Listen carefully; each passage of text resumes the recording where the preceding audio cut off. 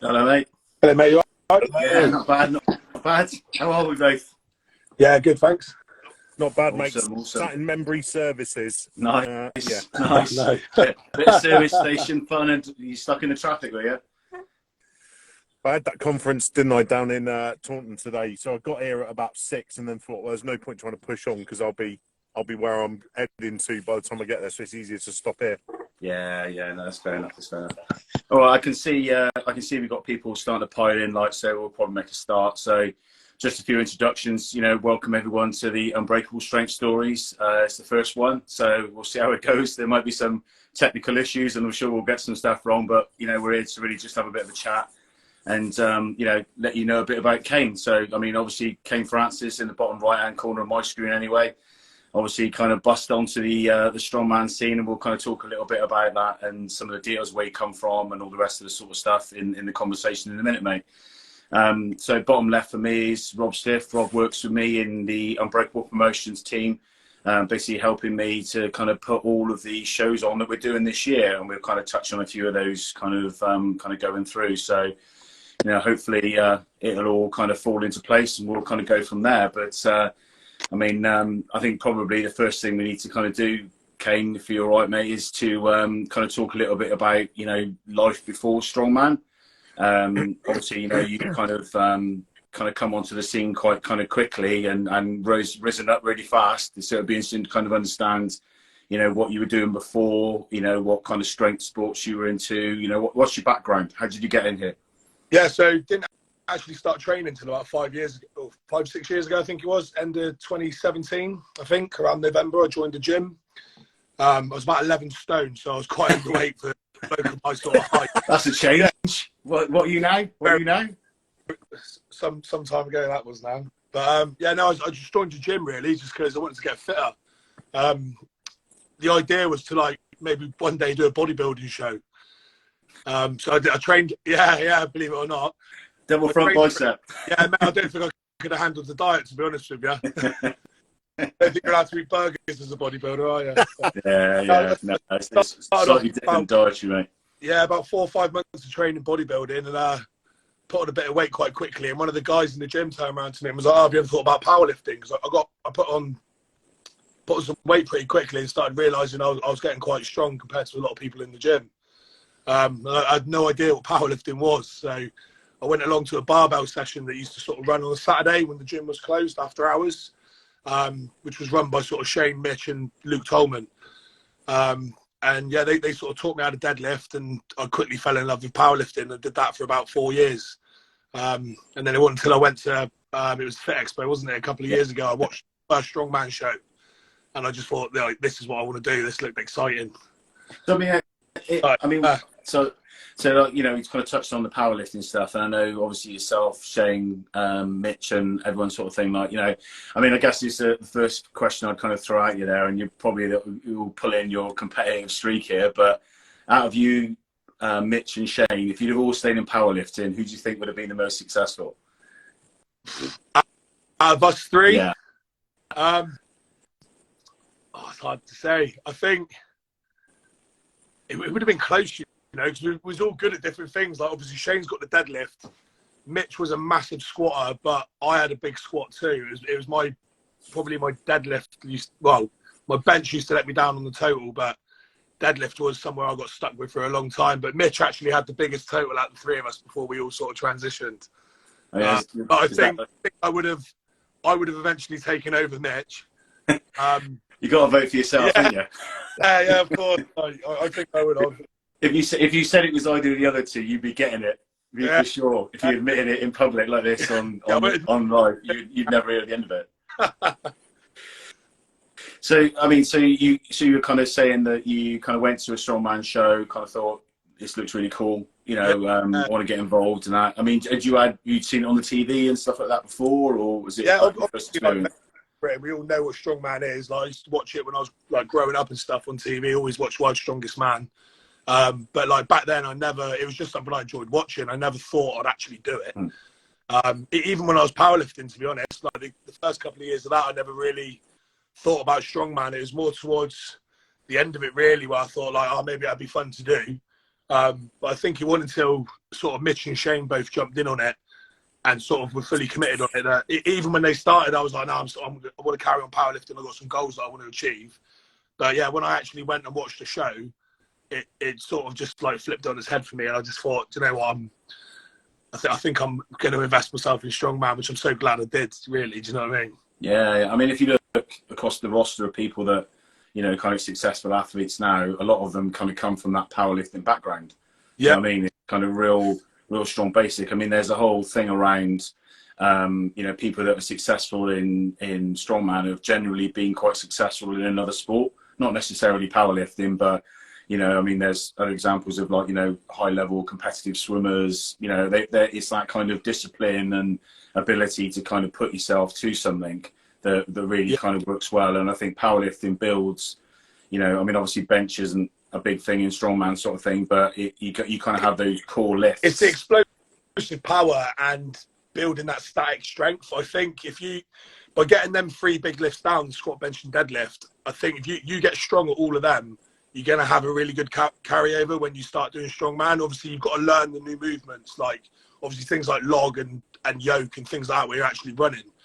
But I think building a base in powerlifting, it definitely bodes well when you move over to strongman. Yeah, I think it's a solid foundation, isn't it, really, sort of thing. So you kind of went to the kind of first show and had a look at it and thought, yeah, I like a bit of that. How long was it between that point and you first competing? So the first show I went to, it was Expo 2021, so I think that was around August time, wasn't it? I had a meet in powerlifting that I had planned for, I think it was February, March time. So I thought I'm gonna do the next 7 months. I'm gonna carry on in powerlifting, and then once I've done that last meet, because I wanted to hit a big total, I said then I'll do it. But then I think it was January 22 when the qualifiers came out for England's Strongest Man. One of them was a 5-rep max squat, which I thought just plays in my favour really well. Another one was the Farmer's Hold, which was a grip event, and grip's always been good for me.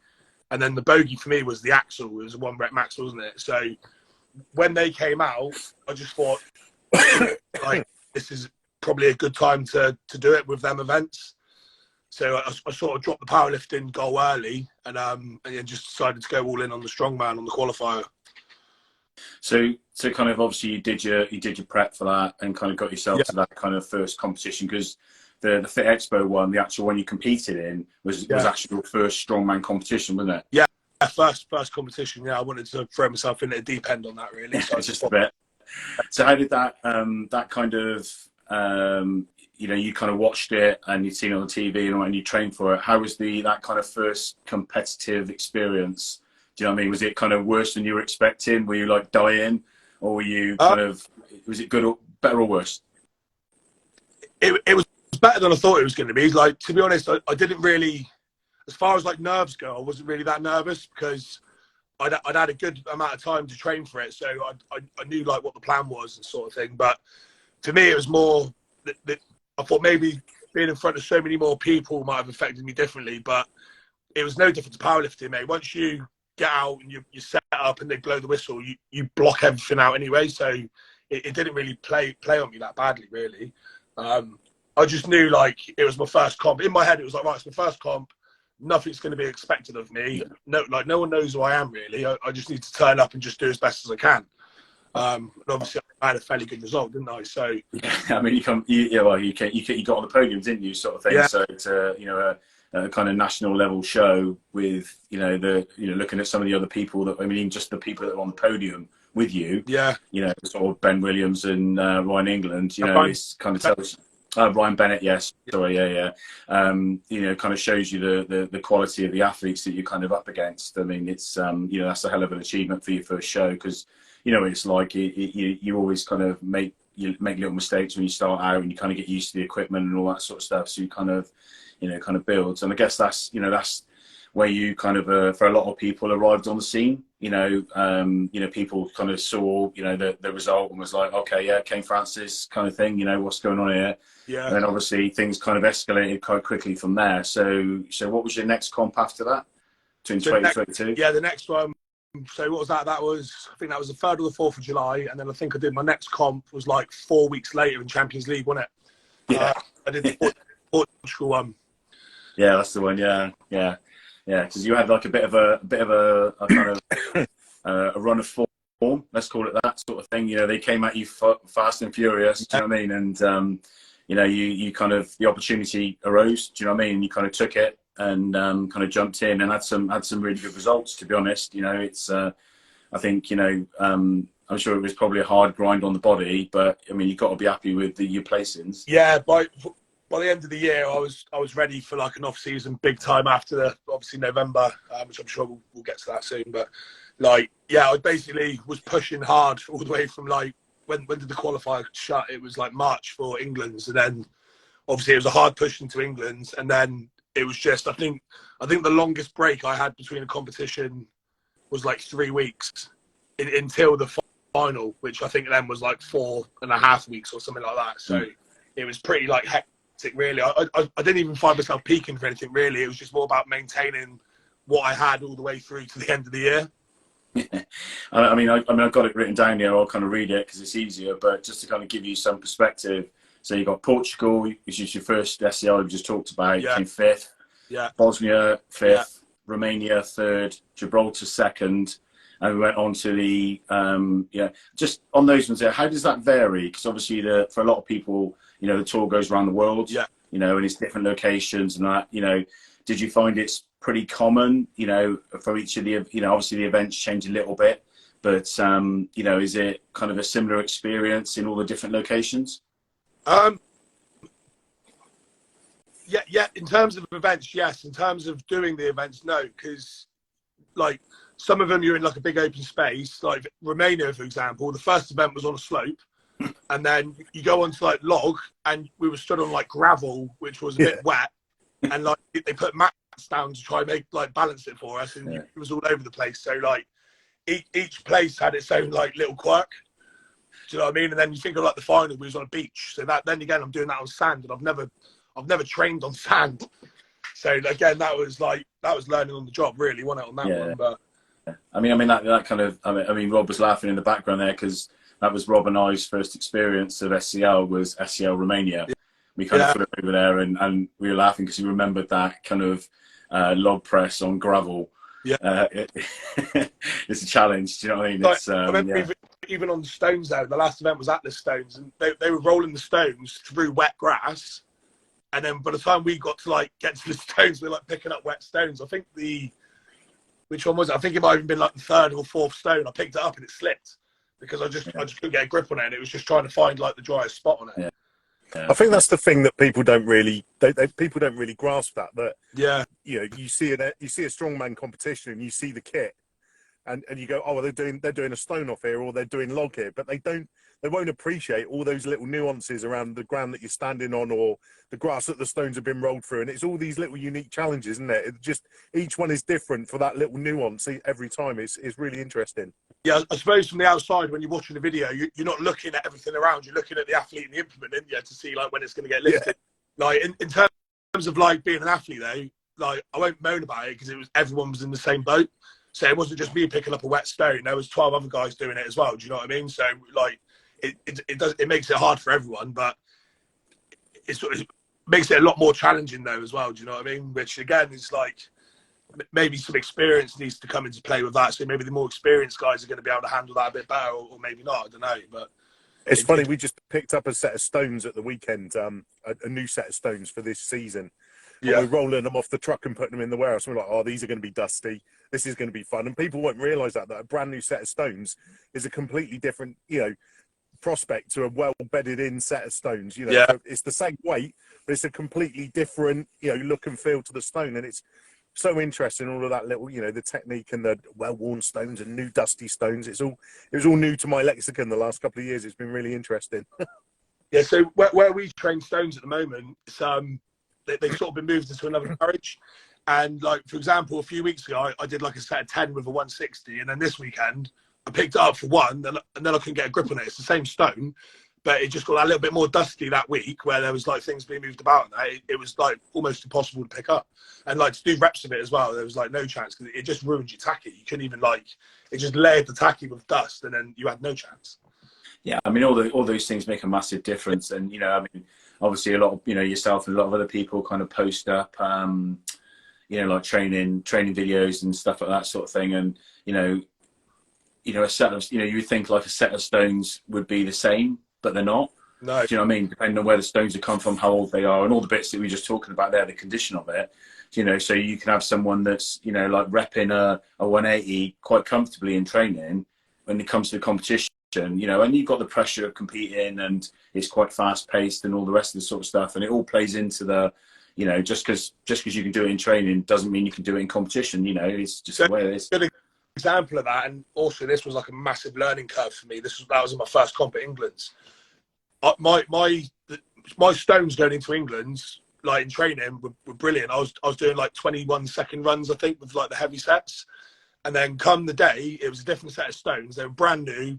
They were almost like polished, and the thing that I didn't even think of, again, no experience from doing a competition before, I put my tacky on too early, and being in an expo, it was very hot, and my tacky almost was like melting.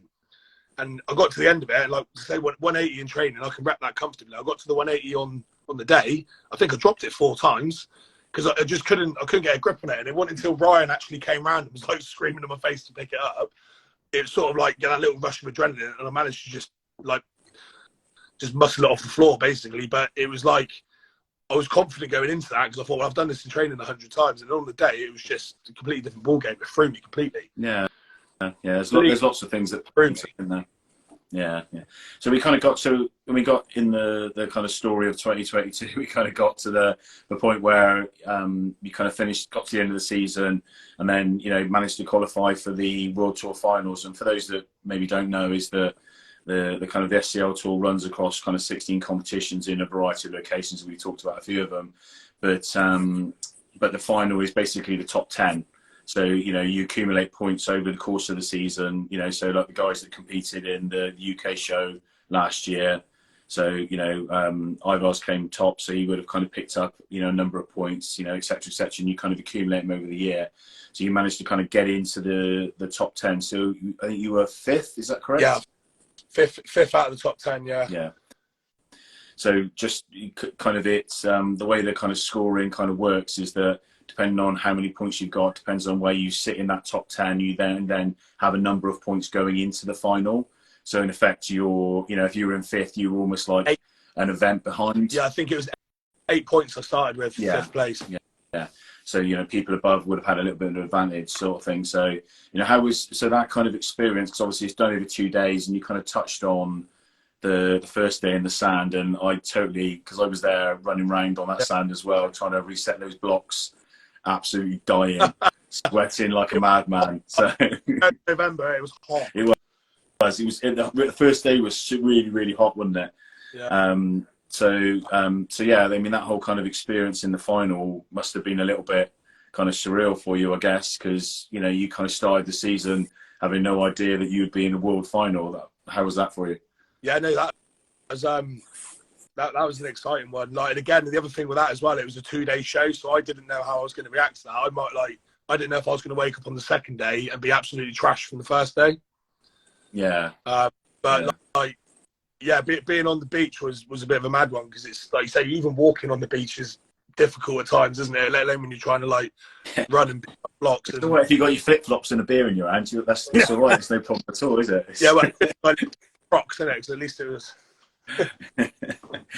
Yes. I found myself on the first event with the block press, I with the heat well anyway. So on the warm ups, I think I just went a few reps on the light one and then 1 rep on the heavy one, because as soon as I picked anything up, I was just flooded with sweat anyway. And I thought, they're marble blocks, they're going to be hard to pick up if they're slippery. So it was I just sort of tried to make sure I was as warm as I could be, and just went for it when the whistle went, basically. Just smashed through it, mate, to be honest. And it's I mean, anything like that. I mean, we talked about the gravel in Romania, but doing anything on sand, irrespective of what it is going to be challenging. It's just going to. Oh mate, it was hard work balancing. I think when I pressed the last block, I actually walked about 4 or 5 steps off the mat, and I ended up finishing it on the sand.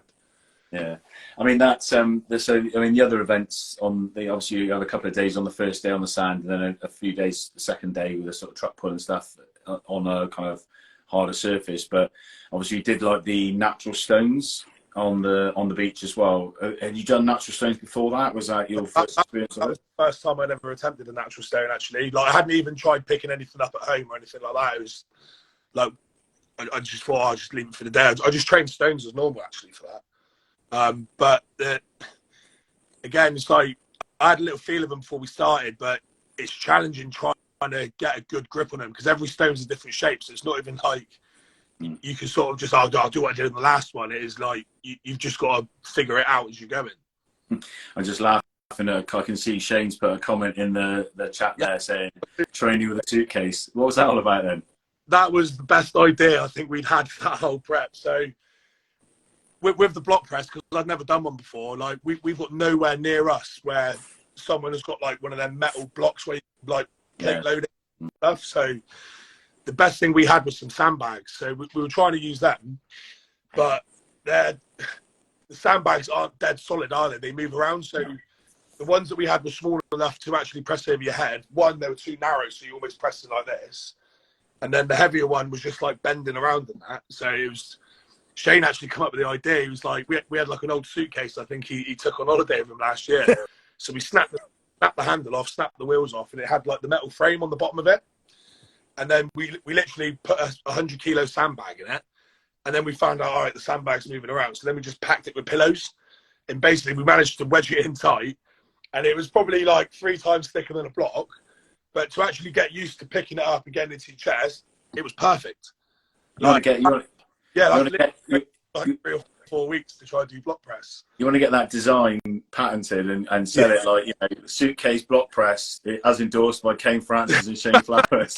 But you know, you make a fortune, other people started doing it afterwards. Yeah. People seen that and were like, that's a really good idea. And I know for a fact, like Josh bought a suitcase purposely just to train it with, and it seems to work out really well for people. I mean, it's a viable thing. I mean, I don't know if you've seen some of the stuff online, because obviously, like the Viking Walk. Yeah. We did at SCL. Obviously, it's back again this year, and there's like loads of videos of like people with like a metal log on their shoulders with like the straps around the handles, and they're like walking with it, like, and it's a bit like the suitcase thing, like adapting the kit that you've got to work for an event. It's pretty fitting for strongman anyway, because if you go back to like the early days of it, it was like, let's just pick up something weird and awkward, like put a fridge on your back and run. Like, you know what I mean? So it fit in really well. But the suitcase idea was brilliant. I think had we not done that, like I think I came second on the block press. Yeah, you did. Yeah. I probably would have been down at the bottom of the pack on that. So just getting used to being able to hold something bulky here and just figure out how to flip it up. And obviously we were training solid ground, but it was still difficult. But we spoke before that event, and you were saying that that was the event you were a bit concerned about. That you weren't sure about. And like pressing for me, anything other than like a monster dumbbell on a press, I don't enjoy. I have really poor mobility, and it's always hard for me to press. Yeah. But it was just it's always like I have my good days and my bad days. So I just got to hope whatever happens in training, hope on the day that I have a good day with pressing. Yeah. Either way. I mean, I guess at the end of the first day, you must have been pretty happy with where you were. Where was I sat? I think I might have been sat in second after the first day. You were. I was watching it on live. Yeah, Ivers was in first, wasn't he? And then it was me, and then maybe Irvin, I want to say. I think he was. After the first day. Yeah, and obviously, we kind of went into the second day. You got the truck pull and Conan's wheel, and obviously the favourite moment for you, I guess, probably in the final event where you decided to go flying with a sandbag. But that cost me second place overall as well. It is. Yeah, I mean, that was, to be honest, that top, the top three, you, Ivers and Irvin were really close to each other. Do you know what I mean? It was really down to that event. Ivers was 2 points in front of me, and Irvin was like 4 or 5 behind me. So all I had to do was basically finish it, and I think I had second as long as I came ahead of Irvin. Yeah. And then I don't know why I picked up the sandbag different to the way I would in training. Like, again, I do not know why I did that. But I fell flat on my face, and if I didn't just about load it at the end, I think I would have lost podium there as well. Yeah. It really was. If you hadn't made it, Yeah. you'd have dropped a load of points, sort of thing. I mean, as it turned, you still got on the podium, sort of thing. And at the end of your, your kind of first season, and especially after a run of really close together competitions, as a massive result. Do you know what I mean? And kind of announced you to the world, I guess, on the international kind of stage, really, and kind of. Probably led, I would suggest, in some ways, to the next opportunity that you kind of got, and obviously you kind of finished that competition, and we sort of talked a little bit about, what's next, and you were sort of talking about an off season and all this sort of stuff, and then the opportunity came round for you to get involved in Brits. So what happened there then? Yeah, so obviously we had the final, and again I was about 146 kilo in that final, which was like the heaviest I'd ever been. So like my body was battered. I'd been heavier than I've ever been for a long time. So I thought I need to drop some weight, have a good off season, and then I think my name was getting sort of thrown around a little bit anyway, obviously through the final. And then it was obviously, unfortunately, Luke Richardson had like quite a serious injury, didn't he, tearing his lat off, and I think that's how I got invited into the Britain's Strongest Man. Shit circumstances, obviously, but. At the same time, I got to take the opportunity when it arose, didn't I? Yeah. I mean, it's your own luck. I guess it's the same with the Portugal I was looking thing. forward to seeing Luke compete as well, because I follow him a lot on Instagram and stuff, and the blokes that follow him, let's face it, like he's a beast. Like, to be fair, I think anyone that's a strongman fan is looking, wishing him well and looking forward to him coming back in. Getting back in the mix. He could have won that show as well if he was on top form. Do you know what I mean? I mean, I think he did a kind of like a post about it afterwards, and said himself that, going into the show, I mean, he did it on a deload session, I think. Going into that show, he was feeling confident and felt like he could win it. So. He was looking good as well. He leaned up and he was just smashing weight. He was just repping it, wasn't he? He was awesome. In really good form. Yeah.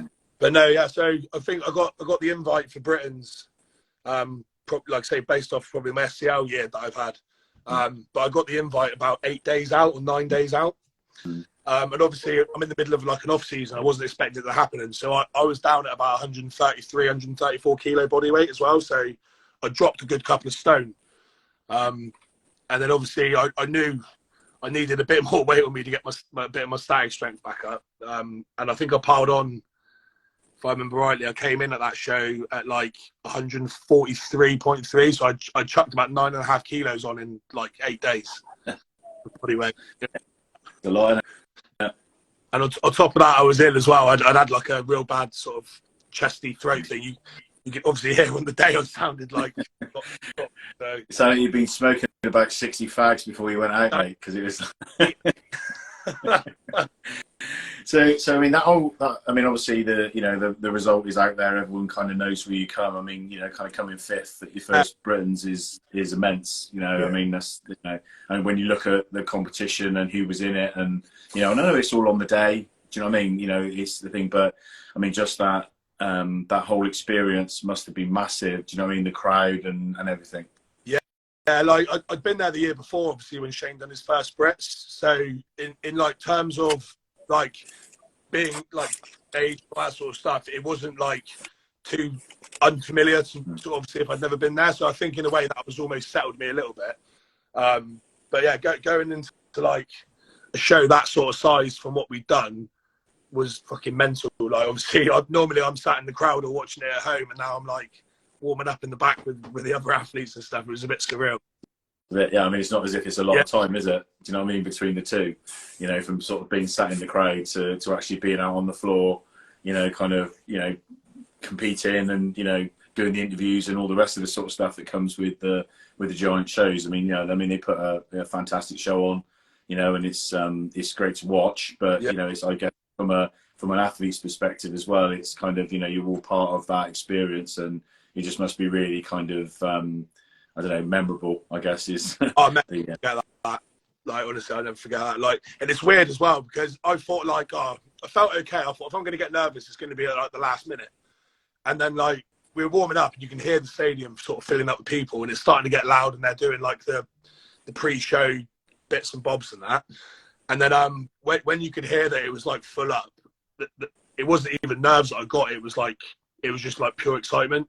Because again, like I'd had a late call up. So although I'm putting a certain degree of pressure on myself because I want to do well, it's almost like, well, I haven't had a prep like I would have normally if I'd been invited months before. So in my head, I just wanted to go, right, finish the show, like get through every event. And if you can get through the whole show, then sort of mission complete and that job done. But I didn't expect fifth, if I'm perfectly honest with you. I thought if I'd had like a good prep and like a time to build into it, I thought maybe I'd be sort of top half for the bottom half, if you know what I mean. Yeah, I mean, I think that most people would agree, and I've seen it commented on a lot in social media kind of world. But I think it's one of the most impressive first, debut performances. A lot of people kind of come in and they compete and do okay, but to kind of come in and come fifth and especially on a short prep, like you said, there is has really kind of made the mark, I guess. And I mean that's I hope so. We can move on to the what's next kind of bit, like, because obviously I saw it was announced on Instagram and stuff like that. Kind of they just beat us to it. But do you want to tell everyone what's going on? Yeah, so it was literally about 15 minutes before we started it. I got the notification. But I've been picked as a reserve for World's Strongest Man. That's immense, mate. Yeah, he's awesome. So I mean that's just I'm just trying to kind of put myself in your shoes a little bit and kind of think about that, how I would feel that, kind of going through that path that we just kind of talked about through 2022 and, things are going really well and, it comes through SCL through to the final, getting a shot at Brits, going through. And then, let's be honest, anyone that's ever been involved in strongman, competed or as a supporter, on some level, their ultimate goal would be to get to World's Strongest Man, I know it was always mine, I was never ever going to get anywhere near it, but do you know what I mean? It was kind of everyone kind of would aspire to get in that opportunity. And, for you to be able to do that, in your first year, and even if it's just to kind of go and soak up the experience and kind of live it and be part of it, that's massive. You know what, just the fact of like, they know my name and I'm a consideration for it is like huge for me. Do you know what I mean? Like, when I started Strongman, the first thing I did was I got a coach and I got a nutritionist. Obviously, Josh and Ellis, Ellis Vine does my nutrition, Josh Lancaster for my coaching. Like, they both said to me, like, what's your short, mid and long-term goals? And like the long-term goal was like, oh, one day I want to do a Giants live show. It wasn't even like World's Strongest Man at that point. You know what I mean? It was just do a Giants. So it's all happened obviously a lot faster than I thought it would. But it's fucking mental, really. It probably still hasn't really sunk in properly yet. I'm imagining this, but I think it will probably kind of sink in maybe when you kind of sat there, you get out to Myrtle Beach and you kind of sat there and you're surrounded by and obviously some of the athletes you competed against and and all that, so it's not like you're like the new kid at school and nobody knows you, but that kind of whole experience kind of going out there and being part of that must be massive. And I mean, let's not smooth over it. I mean, look at Paul Smith. Obviously, he's competing this year. He's got his spot, but he went well because Paul's just got better and better, isn't he? So, well, the thing is, though, is he went out a few years ago as a reserve, and then he got literally about 5 minutes' notice. In fairness to him, but it does happen. Do you know what I mean? So, though you're going as reserve, there is a chance that you might actually get a shot. You might actually get the opportunity to compete. Yeah, like I say, I know now, so I'll prepare myself like I am. Do you know what I mean? Just like make sure no stones unturned, just in case it does happen. But even if it doesn't, do you know what I mean? I'm happy I'm even there. Do you know what I mean? How many people get to watch it? Even just watch the show. Yeah. How many people watch that in person? Do you know what I mean? So that's exciting in itself. Like, yeah. I mean, it's just an achievement to be there in any way at all, isn't it? Let's be honest. Yeah, it's a big year as well. Do you think Brian's doing his last Worlds? Mm-hmm. Mark's doing his last Worlds. You got Tom going for his third title. Like, there's a lot going on in there. Let's face it. Like, yeah. I think it's going to be an interesting because there's obviously Alexi's coming back. You've got Mitch Hooper that's looking really, really good at the moment. There's a lot of genuine contenders in there. Tom's going for his third one, and it's kind of you know, we just have to wait and see how it kind of pans out. I mean, obviously, you know, the events play into that and that sort of stuff. But so I mean, that's obviously a massive. That's, I guess, a short-term goal because it's in about 2 weeks, isn't it, sort of thing. So, you know, but I mean, I think 16th of April I leave. So. Oh, okay. Sorry, how long are you out there before you actually start then? Sorry. So I think day one of the heats is the 19th. So I'll be there like by the time I've like landed and got to the hotel, I'll probably have like 2 days there before the competition. That's right. Yeah. Get a chance to sort of settle in. That's what's up.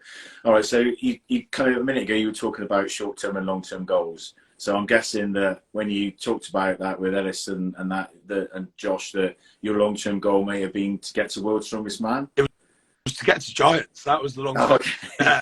So you've done that. So I guess my question now is, what's your short and long-term goals and where you are now? Well, I am now to actually compete.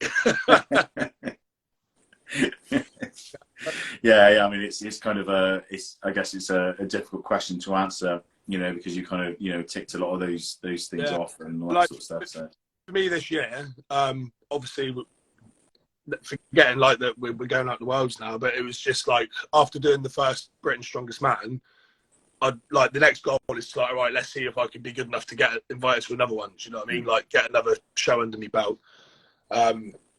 And failing that, then like work hard and try to go to Britain's again next year. Do you know what I mean? Yeah, I mean, that takes us into kind of 2023, I guess, in a way. And you know, I know that you've got a number of the SCL tour lined up. Yeah. Obviously, you and I are both out in Finland on the 6th of May. That's going to be an exciting event. I don't know if I know I saw in the chat you were asking some questions about the events and all that, but yeah, it's going to be a bit mad. Is it 6 events in 90 minutes? Events in 90 minutes, and I think it goes live on Finnish TV. Yeah, it does. Yeah. World sprint, isn't they? Yeah. So, there's going to be some condionding needed for that then. I was going to say, yeah. Do you know what? I've been working hard on it as well. So, yeah. 143 kegs is going to be a challenge. Better than I was. So. Yeah. No, it's a really interesting competition, isn't it? Do you know what I mean? I mean, sort of strongman comps change, you know, from here, there, and all that sort of stuff. Yeah. But it's it can really throw a spanner in the works because, like, I don't know what everyone's fitness is like, but you might think like you might have your top guys who are considered to be like doing the best in it, but if their fitness ain't great, it could flip the table. Do you know what I mean? It's like a lot of things, just the speed of the competition. Because you got a lot of guys doing an event in 15 minutes, and then you got in that time you got to warm up and do the other event. So it's just like it's going to be fast. It's going to be rapid. I mean, literally, that recovery is going to be massive because as you just said there, with the amount, how many athletes is it? Is it 12 athletes? Not normally it's about 12, but I'm guessing it's going to be the same. And then if you do the mathematics and think about 6 events in 90 minutes, you ain't getting long at all between those events. It's heavy. Oh, it's not even like it's really light events. They are heavy events. Yeah. It's not. Ilka's not been kind at all with those. It's a proper test sort of thing. So it's going to be brutal. Yeah. So I guess talking about recovery and stuff like that. I mean, obviously I know you kind of have your team of people that you kind of work with, but I mean, what's your kind of like rest and recovery kind of protocol? What do you do? After a session, do you have a set plan? Do you kind of just play it by ear, or do you have like set things that you do afterwards, like hot cold treatment or any of that sort of stuff? Yeah. So I do my standard 4 days a week. I do my training. On the Saturday session, I travel outside of Weymouth to do my events because we've got like a little unit we can use, obviously with all the larger kit in. Mm-hmm. But I only have a few hours in the evening after I finish work to get to a gym. So the recovery stuff that I don't do on the same days that I train. I'll have to do it on the days in between. But there's a local spa near to me, which has got just like a small pool, sauna, like a cold shower and a steam room. So that's basically what I'll do there. And then I'm doing a lot more cardio now as well. So a bit of extra blood flow seems to help quite a bit with my recovery. But yeah, the main thing really is just hot cold treatments in the sauna and shower. Yeah, I mean, obviously I kind of see the stuff that you're kind of posting on socials, and I saw there's some some cool stuff that you know, Back in Time we're doing with you, Back in Time Productions and stuff like that, the little videos, Yeah, reels and stuff like that sort of thing. And you know, you know, on the video, you certainly, you know, it looks like you're rapid on the load in and sort of stuff like that as well. So you know, it looks like you're coming into it with a good, you know, I mean, you're quite heavy, aren't you? Because I remember you saying that you're. Yeah, so like I say, in that video that you've seen with him, I was 147 then, which again, that was the heaviest I got to. So I still felt pretty nimble on my feet, even at that body weight, and that's a weight that I'm not used to. But I will be dropping a little bit of weight because I don't think that extra weight, well, it slows me down a little bit, but I don't think the extra weight is going to give me too much static strength anyway.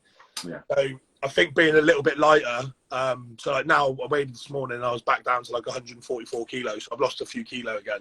Yeah, okay. But I don't think that affected anything. I just think it'll make me a bit quicker on my feet again. Yeah. I mean, I guess you start balancing it between static strength and mobility. And like depending on the competition and depending on the events, my body weight can fluctuate a lot anyway. And I don't really find it that difficult putting weight on. It seems to go on quite quickly and it seems to come off quite quickly. So yeah. My maintenance is what my macros are to gain and lose. So lucky you, I can put it on quickly. Getting it off is an absolute nightmare. That's exactly what I was going to say, Rob. I've mastered the put it on quickly bit. I've been sat here at Membry Services in front of a KFC sign. I reckon I've put on 2 stone through osmosis, just looking at the sign. So I guess so. What do you reckon is your least favourite event? What do you think you need to work on the most? What, in general? Yeah. 100% worst events, my log. Like when my log was at its best, I did like 165 for a double, but I think I was just having a really good day. Yeah. But like I say, my mobility's awful, and I think I've still got that powerlifter's mobility from like years of bench pressing. It just, my overhead is, I'm just so restricted by it, and then with my job as well, I'm digging holes all day, so it's a lot of sort of shoveling, throwing it over your shoulder, and I think it just keeps my upper back and my lats tight all the time.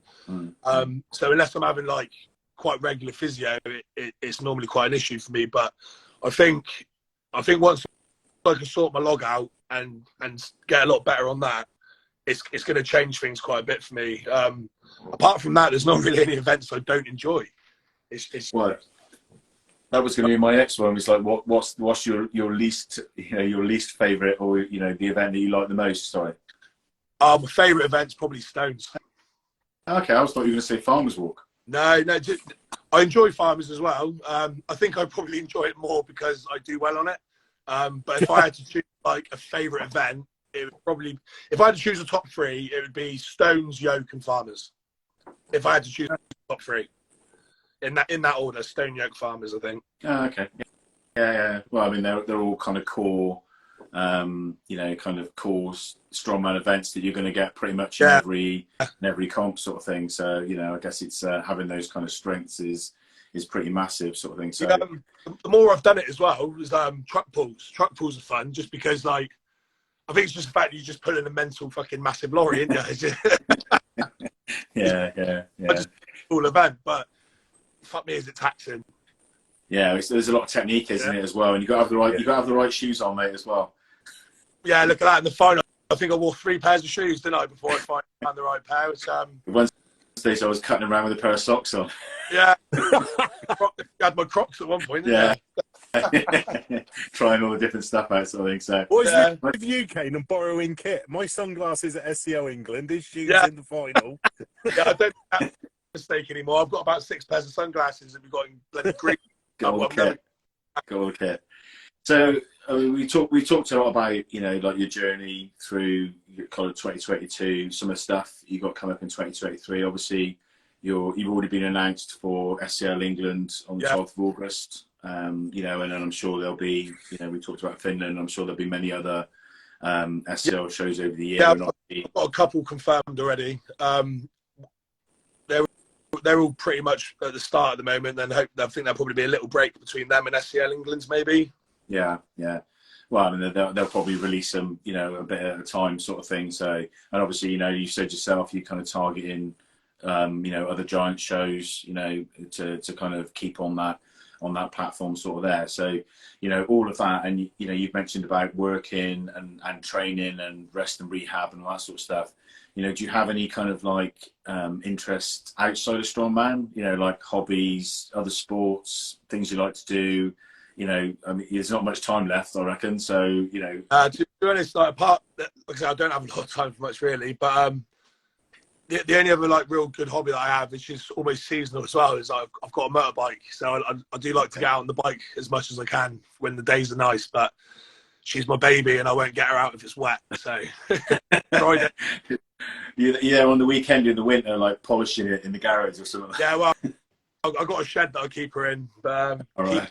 like she's a person. That, but no, yeah. Apart from that, I've always had bikes my whole life. Like me and my old man, I used to go out on his bike when I was like, since I was old enough to get on one. I had my first bike when I was 4 years old. I had a little 50cc Suzuki GL quad, one of the little yellow and blue ones. So I've been riding bikes sort of as long as I can remember. But yeah, I've got a big boy bike now, so okay. As much as I can, really. Yeah, but it's quite nice though, isn't it? Especially if, you know, you get out on your bike, have a ride, kind of get away from it all, you know. It's like a cruising style as well, so it's almost like sitting in an armchair now. I've gone through like mistakes, bikes and stuff, and I think I got to the point where I'm like, I'm going to kill myself on one of these. So I thought I'll go for something a bit more laid back. Yeah. And it's probably a slightly safer option sort of thing. So I mean, I guess there's, you know, a fair few people kind of watching this, and, you know, obviously there'll be people that will kind of be following you on Instagram and Facebook and all the other sort of kind of stuff, and you know, and whether they're like, you know, novice guys or girls, or whether they're people that just watch it and kind of want to get into strongman in the same way that you did. You know, what advice would you give to them if someone's kind of thinking about starting in strongman? First thing I'd do is exactly what I did myself. Like, if you're serious about it, get a coach, or at least someone that's going to give you like correct guidance and stuff. Because I think the worst thing you can do is start something new without knowing what you're doing and learn bad form. Like, because for example, when I first started deadlifting, like even now my deadlift's not perfect, but I started off with really bad tech, and it took me a good couple of years to undo what I'd already done. Do you know what I mean? So I think if you're starting out, the first thing you need to do is just, I'd get a coach, or at least make sure you've got a program to follow. Keeps it exciting as well. Do you know what I mean? Because I know sometimes with powerlifting, it can sometimes get quite boring very quickly when you're doing the same thing all the time. So, but at least when you've got, like, you go into the gym, you know what you're doing that day, and you've got something to follow. It just, for me, it kept it really exciting. But yeah, I definitely make sure you're getting the correct guidance in what you're doing, and find a training partner as well. Yeah, I mean, it's one of those things, and I can't remember who said it the other day, but it's almost like it takes twice as long to unlearn bad habits than it does to learn the good habit, you know. And I mean, I know that from personal kind of experience, that I did a little bit of what you just described there, or the other side of it is I was interested in kind of strongman, you know, decided I wanted to kind of compete, went and sort of found somewhere, you know, it's just a random gym that had an Atlas stone out the back, and they had like a small log and stuff like that, and literally just kind of played around with it, tried to work out the best way to do it. And, you know, as it transpires, it was all the wrong way to do it. Do you know what I mean? Because you didn't have those people around you that kind of support you and give you good advice. And, you know, and I'm really lucky in a way that, you know, when I kind of went to that first competition, you know, the kind of strongman community is, as you know, is the way it is, that, you know, people give you advice and are supportive, and, you know, go, God, you know, even though you compete, and go, no, don't do that, mate, do this. And, you know, and I think that's something that's really great about strongman, is that, you know, people can still do that. And, you know, even if you're kind of competing, and like you sort of say, you know, people will cheer you on and, you know, want you to do well, even if actually you're going up against them. It's, you know, it's kind of it's a really great kind of inclusive kind of sport in that way. And I think every time, like, as soon as you start training anyway, I think with 99% of the people, you catch the bug anyway, and you're going to want to do a competition. Do you know what I mean? So, like say, the support you get off people is massive, isn't it? Like, another thing as well, put yourself out there. Like, if you want to do it, actually put yourself out there, post it online and stuff like that. Do you know what I mean? Because people, if you do something wrong, someone's going to tell you, and you've got a much wider audience as well. Do you know what I mean? For people to give you tips and stuff. But yeah, for sure. I mean, it's all part of the kind of experience and kind of stuff like that. So yeah, I mean, I think threw myself in at the deep end with England, didn't I? And it's worked out really well. So I think taking risks sometimes is like, and putting yourself out there is the best thing you can do. I mean, and from a kind of athlete's perspective, I mean, you know, in the time that I've been in strongman, certainly, you know, things have changed so much. You know, I mean, obviously there's always been giants, and you know, there's always been the organisations there, but I just think the, you know, like the avenues and the pathways that there are available to the athletes now, the visibility of what's, you know, the training, the nutrition, all those things you were just recommending, I think is so much better, and the general awareness of strongman is much wider in the kind of general public now, sort of thing. You know, there's a lot more people kind of getting interested, and you know, you kind of get, it's not just like your die-hard fans that turn up to the shows. There's a much wider kind of audience of people, sort of thing, and I just think strongman's going from strength to strength, you know, and more power to it. Yeah, like you say as well, recently as well, there's a lot of there's more options now at different levels for people to get involved. So if you've got someone that's completely new, it's not like, oh, well, them guys are that strong, I've got to wait until I'm at their level before I can do it. There's like, you've got the different levels now, haven't you? So people can go in and do it at like a lower level and then build their way up through it. And like even recently, haven't there? There's more options opening with pathways to certain competitions. So there's almost extra rungs on the ladder now, isn't there, for people to step in at whatever level they're at and get involved. Yeah, I think it's just a visibility thing, isn't it? Yeah. Is that, you know, I mean, yeah, there's a couple of options you could kind of pick there, but you know, kind of from an athlete's perspective now, you know, I use you as an example. You can kind of go, right, you know, this is what I need to do to get to this competition, or these are my goals, and this is the best way to get there. And I think, you know, and working with obviously your coach and stuff like that, I think that's really, really valuable, that visibility, I guess, that we're trying to do that. And it shows, especially for the guys at the bottom end as well, the kind of novice, they can see what they, you know, the way they need to go as well. And I think it's just a really kind of positive thing. So, yeah, I mean, to be honest, mate, we've kind of been talking for the best part of an hour now, sort of thing. So, you know, I mean, it was really good of you to come on, you know, really appreciate it, sort of thing. And, you know, it's kind of, obviously it's the first one we've done, you know, so it's, you know, it's a learning experience and all that sort of stuff. So, I mean, I certainly hope that the people that are watching have enjoyed it. They've learned a little bit about you, and that's the whole concept behind the strength stories. It's kind of not just, you know, because people can find out what the results that you did at the competitions is, get an opportunity to kind of hear you talk, hear a little bit about your motivation and why you got into the sport and how you want to kind of take it forward and all that sort of stuff. So, you know, I mean, massive thanks to you, thanks to Rob, and thanks to everyone else that's kind of, you know, that's listened today. You know, obviously anyone that's got any feedback, you know, more than happy to you know, drop us a DM or whatever sort of thing, you know, recommendations, different things to do. You know, it'd be great to kind of get that feedback. Obviously we've got a series of these coming up. So we've got the next one is we've got Ringo on the 31st on Friday at 1 p.m. So, you know, anyone that's kind of watching now who wants to kind of catch up with him, he's a bit of a character, I'm sure. Obviously, I know you met him. Guys, well, yeah. He'll have a lot to talk. Yeah. I mean, he's coming. He's on Friday, but he's coming over for SCL England as well. So he'll be there for that competition too. So I think it's been announced. But I mean, really, guys, that's it. Thank you very much to everyone that's kind of been on. Thank you, Kane, Rob, and we'll probably knock it on the head there. And I'll speak to you all soon. Cheers, Kane, I'm going to be Yeah. dining out all week on the fact that a guy that was loading for me is now in World's Strongest Man. I'm going to dine out on that all week, mate. And best of luck. I'm like a proud dad today seeing that, mate. So I'm super stoked for you, mate. Just go well. I really appreciate that. Cheers, guys. That's awesome. See you later. Mate. Cheers. See you later. Cheers, guys. See you later.